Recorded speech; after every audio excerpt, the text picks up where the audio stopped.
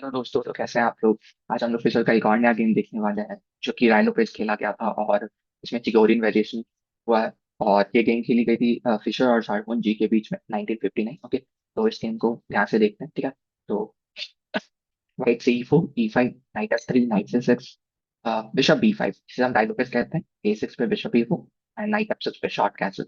ठीक है, यहाँ पे एक और वेरिएशन होती है जिसे हम बर्लिंग कहते हैं। अगर यहाँ पे black night into E4 take कर लेता है तो रुक E1 और नाइट D6 पे bishop C6, D6, night E5 और बिशप E7 के बाद बहुत सारी लाइन्स हैं यहाँ पे, लाइक D4, F5, C3, और यहाँ से गेम बर्लिन का स्टार्ट होता है। ओके, तो हम फोकस करते हैं सिर्फ गेम पे, ठीक है।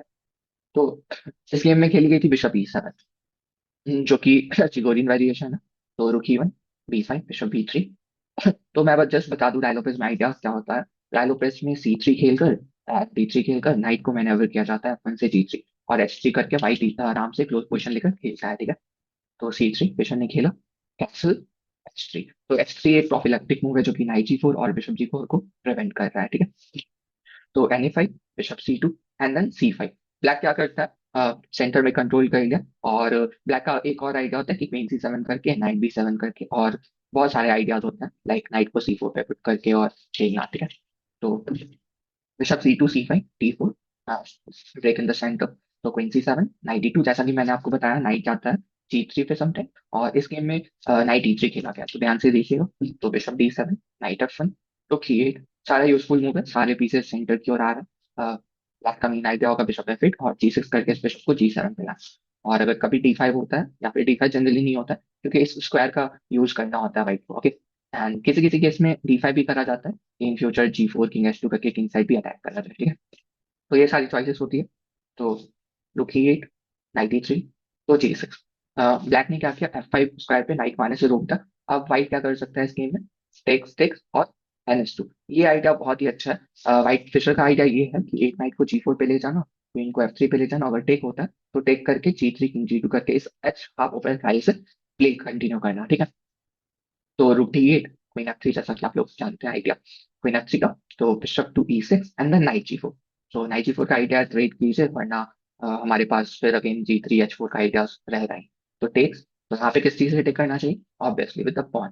तो जैसे पॉन से टेक हुआ, अब फाइट का सिंपल आइडिया। तो क्वीन से G5। G5 क्योंकि यहाँ पे दोनों पॉन को फिक्स कर दे कि ये दोनों पुश ना हो पाए, अब हम अटैक कंटिन्यू कर सकते हैं, ठीक है। तो NC4, NG4, यहाँ पे नाइट्रेट का कोई जरूरत नहीं, क्योंकि जब हम अपोनेंट को अटैक करते हैं तो हमें पीसेस को रखना होता है, और हमारे पास स्पेस एडवांटेज भी स्पॉन की वजह से काफी है ना।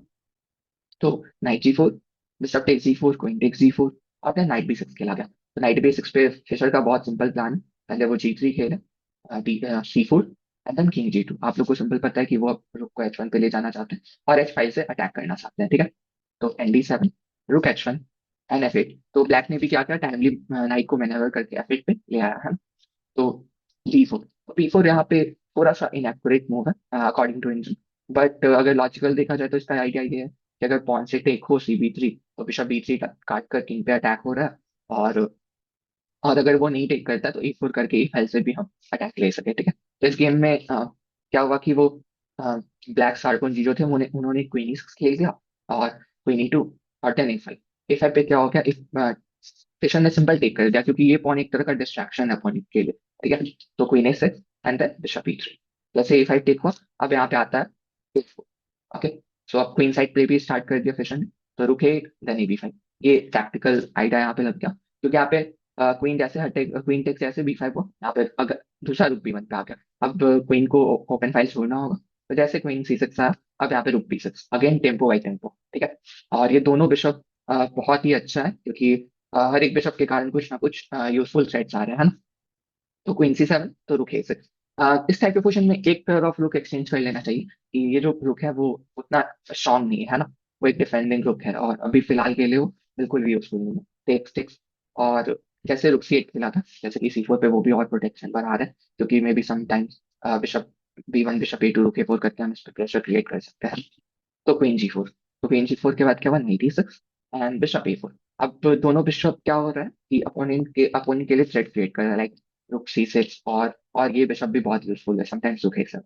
तो रुक B8, रुक C6, queen D8, and then यहाँ पे रुक इंटू E6, सेक्रीफाइस मार दिया फिशन।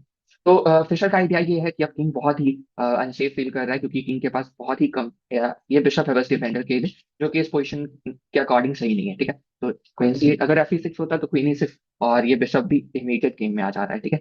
और फिर चेकमेट हो जाएगा कुछ ही मूव्स में, और ये E5 पॉइंट भी चला जाएगा। लेट्स मैं आपको दिखा देता हूँ, लाइक क्वीन टू E6, और किंग कहीं भी जाता है तो क्वीन टेक्स C5 और followed by bishop D4, and यहाँ पे ब्लैक का रिजाइन हो जाएगा। तो in the game queen C8 खेला गया, फिर bishop D7 again, very strong move, okay. और अगर यहाँ पे टेक होता तो रुक J6 और फिर गेम डिजाइन हो जाता। तो यहाँ पे सॉरकॉन जी ने डिजाइन कर दिया। और तो आपको कैसा लगा गेम? आई थिंक आपको बहुत अच्छा लगा। अगर अच्छा लगा तो आप जानते ही हैं, है? चलिए तो फिर हम लोग अगले वीडियोस में मिलते हैं, ओके। Bye bye.